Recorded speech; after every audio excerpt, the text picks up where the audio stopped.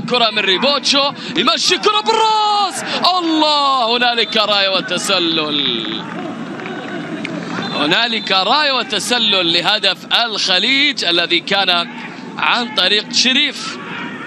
بالفعل من جديد شريف حاول التقدم، شريف يعدي، شريف يعدي، كرة بالجول، جول خليج يقضي على الشباب بهدف المصري. الشبابية ثقيلة على الشبابية، وضع الشباب لا يسر عدو ولا صديق. شوف المحاولة على طول، الله الله الله الله على الكرة يا شريف. شوف كيف تقدم ووضع الكرة على يمين كيم سيونغ وأعلن عن الهدف الثالث للخليج، أول فوز للخليج في دوري روش.